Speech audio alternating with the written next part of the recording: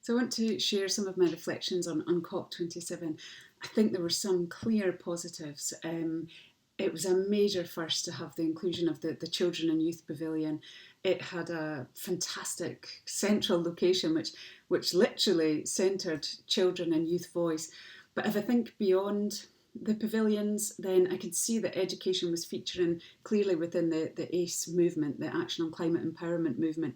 And that's where I saw education feature if I think back to Glasgow and COP26. So if I think back to Glasgow, I came away from that COP26, that conference, feeling that there had been a strong push on education as a central, core, fundamental agenda, something that needed to feature both within negotiations and the NDCs at a high level, but also to feature at a domestic level within countries in terms of being part of and central to curriculums and formal education as well. And I could see that momentum, that conversation continue into COP27. But what I couldn't see always clearly was how that was going to translate into action and implementation. So the pragmatics of how that was going to sort of operationalise wasn't always clear to me. So I'm really keen to see what comes out over the next year about how this is going to play out. And what I find now that when you come back from COP, and as I'm back now, I can look at summaries that are coming out from colleagues. So there's blog posts that are coming from colleagues such as SOS UK, so Students Organising for Sustainability, who were at COP and I spoke with at COP.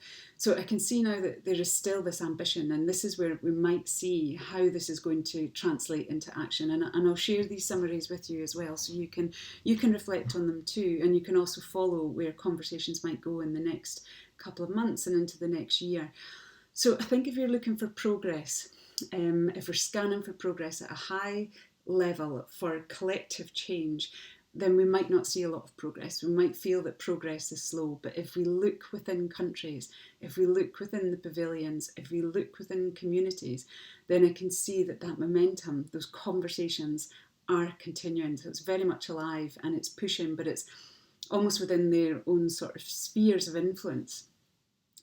One thing I just want to note as well is that if we think of education as, in its broadest sense, if we think of it as social movement learning, if we think of it as the more informal production of knowledge, then I would say COP27 as a moment in time was absolutely alive with that form of knowledge production. Personally, and I had the privilege of being in Egypt at COP27. I had also had the privilege of being in Glasgow at COP26 as well. And at both of those conferences, I left absolutely full. My thinking was challenged, it was developed, it was moved, it was pushed in every conversation that I had. And also through this course too, where I listen to perspectives that are being shared, and that feeds into conversations that I have within COP, but also it feeds into my own thinking too. So I could say that process of learning, of unlearning, of relearning, that was happening within the delegation that I was part of, but it was also happening as you stood around the organised protests. It was happening within the food queues at COP. It was happening within the buses that were transporting us to the venue. So education in all of its forms very much is bubbling along. And the push now feels to me that it has to be about moving towards that formal, strategic, that cross-sectoral strategy where we try to move the educational issues forward in terms of that kind of that formal strategic move, that cross-sectoral move. And I've also just read, as I said, there's a lot of blogs and posts that are coming out now that people are back from COP.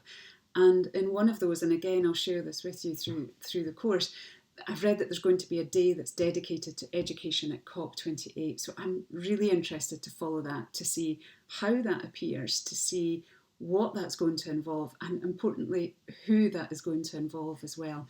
So if I just kind of finish up, I'd say I feel now the challenge is trying to keep the political will to invest in climate education, to keep that alive, to ensure that climate education, climate justice education, sustainability education, and in all of its forms, that it stays on the formal agenda, and find a way to ensure that educators, so teachers, ministers of education, children, youth, they are involved in this process as key stakeholders as well.